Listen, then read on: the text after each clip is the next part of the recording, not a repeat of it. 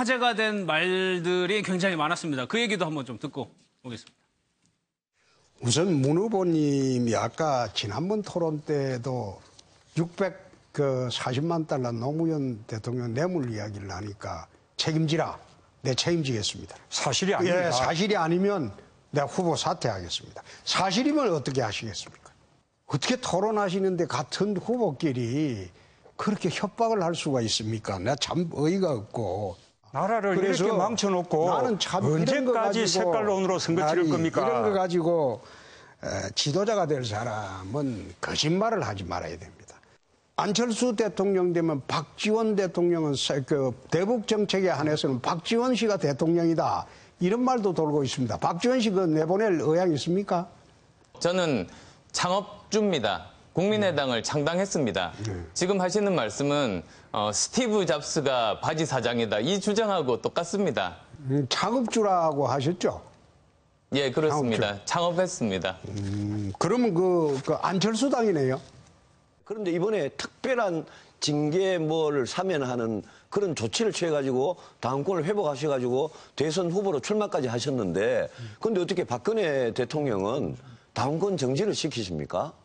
그 좀 앞뒤가 완전히 안 맞는 거 염치 없는 짓 아닙니까? 이게 참 내가 꼭 이정희 보는 것 같아가지고 주적은 적이에요. 아니요. 둘이 시간 남아서 저희도 후보 간의 시간을 배분해야 되기 때문에 안철수 후보로 좀 가볼게요. 소극자면 어제 이 부분을 계속 박지원 대표를 걸고 넘어집니다. 홍준표 후보는. 지금 홍준표 후보는 이제 대구 경북 쪽에서 네. 일단은 지지율을 올려야 되는, 영남을 중심으로 한 지지율을 올려야 되는 그런 과제가 당면 과제 아닙니까, 지금. 그렇기 때문에 그런데 대구 경북 쪽에서 가장 지지도가 높은 후보가 안철수 후보란 말이에요. 네. 그러니까 홍준표 후보나 유승민 후보 입장에서는 나한테 와야 될 표가 지금 안철수 후보한테 가 있다 이런 생각을 하는 겁니다. 그렇기 때문에 그렇다면 어떻게 하면 이 표를 다시 가져올 수 있을 것인가. 네. 그 부분에서 이제 박지원이라는 인물을 자꾸 이제 부각을 시키는 거죠. 박지원은 대표를 이제 부각이 시킬수록 이 호남과의 연결성이 아무래도 자연스럽게 연결이 되는 것이고 예. 그렇기 때문에 국민의당 안철수 대표 뒤에는 호남이 있다. 이런 이제 연상작용을 갈 수가 있는 것이기 때문에 홍준표 후보는 자꾸 이제 박지원 얘기를 하는 것이고 예. 몸통은 박지원이고 그 위에 안철수 후보가 있다. 이런 식의 이제 비판들을 계속하면서 계속 그렇게 때리면서 사실상은 영남을 중심으로 한 이 보수의 표심, 보수의 대표주자는 나다. 그러니까 보수 유권자들은 나를 찍어야지 안철수 후보를 찍으면 안 된다. 네. 지금 그 얘기를 홍준표 후보는 계속 하고 있는 거죠. 그리고 마지막에 들어본 홍준표 후보하고 유승민 후보하고도 좀 충돌이 있었는데 당원권, 왜 박근혜 전 대통령은 당원권 정지시키고 자기는 풀고 나왔냐 이 얘기입니까? 예, 그렇죠. 예. 예. 좀 전에 이렇게 이야기한 부분들을 보면은 지금 현재 우리 보수 표심의 전략적 선택. 예. 이게 이번 대선에서 굉장히 중요한 포인트거든요. 근데 그 부분에 있어 가지고 우리가 다 알다시피 홍찍문, 이 홍준표 찍으면 문재인 된다. 예. 그래서 보수 표심들이 안철수를 갖다가 지지해야 그래도 낫다. 이런 부분들이 아마 홍준표 후보와 자유한국당에서는 굉장히 정말 난감한 부분이죠.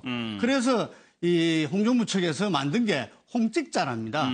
홍준표를 찍으면 자유대한민국이 된다. 네. 예, 그러면서 지금 이제 안철수 후보에 대해서 이 보수 이 우클릭에 대해서 믿을 수 없다. 네. 근데 그 믿을 수 없다는 걸 갖다 안철수 후보는 본래 안보는 보수라 그랬잖아요. 근데 안철수 후보만으로 안 되니까 박지원 대표로 갖다 끌어당기는 겁니다. 예. 박지원 대표는 누가 보더라도 이 DJ의 어떤 영원한 비서실장이고 이게 이 햇볕 정책의 어떤 개성자니까 예. 이 남북 송금으로 구속까지 갔다 왔잖아요. 그렇죠. 그렇게 하면서 보수 표심에서 안철수 찍으면 더 위험하다.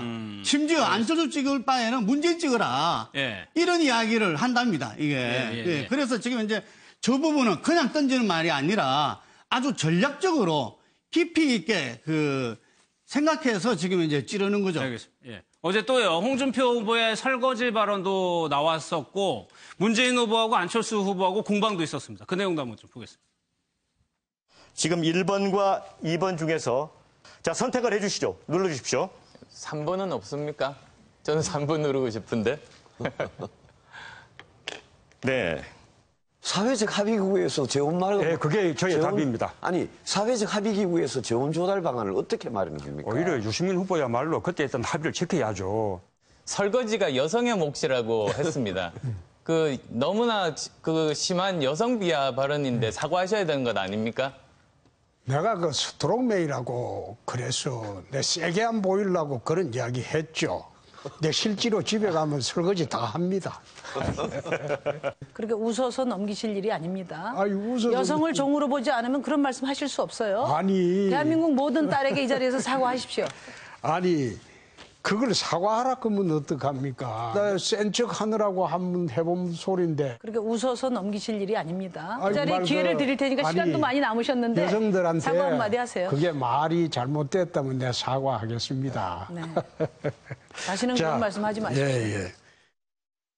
김남국 변호사님, 네. 저 설거지 발언 웃어서 넘기려고 했다가 심상정 후보한테 된통 걸렸어요. 그러니까요. 지금 예. 저거는 지금 홍준표 후보가 웃으면서 사과를 했는데 사실은 어떻게 보면 웃으면서 사과할 내용이 아니죠. 예. 지금까지도 우리나라가 뭐 과거의 산업화부터 계속해서 발전해 오고 있지만 지금 이 시대에도 우리나라의 어떤 여성들의 어떤 육아와 일을 함께 병행함에 있어서 굉장히 좀 어려움을 겪고 있고 예. 특히나 또 뭐 성평등이라든가 이런 부분에 있어서 갈 길이 멀다라고 지금 하고 있는 상황에서 뭐 하늘이 내린 어떤 정한 일이니까 여성이 설거지를 해야 된다라고 이야기를 하고 있고 또 뭐 해명을 하라고 하니까 일을 하고 있는 사람은 뭐 여성이 일을 하고 있다면 그런 것이 아니라고 또 이야기를 하고 있는데 여성이 일을 하고 있다고 하더라도 여성 같은 경우에는 육아도 함께 병행하고 있으면서 남성보다 훨씬 더 과중한 일을 부담을 하고 있는데 그런 상황 속에서 저런 인식을 가지고 있다는 건 너무나 충격적이라고 볼 수밖에 없고요. 네. 해명을 저렇게는 해서는 안 된다고 생각이 됩니다. 그리고 또 하나 더해서 홍준표 후보가 아까 전에 이제 유승민 후보가 홍준표 후보에게 당원권 정지와 관련된 어떤 그런 발언을 네. 했는데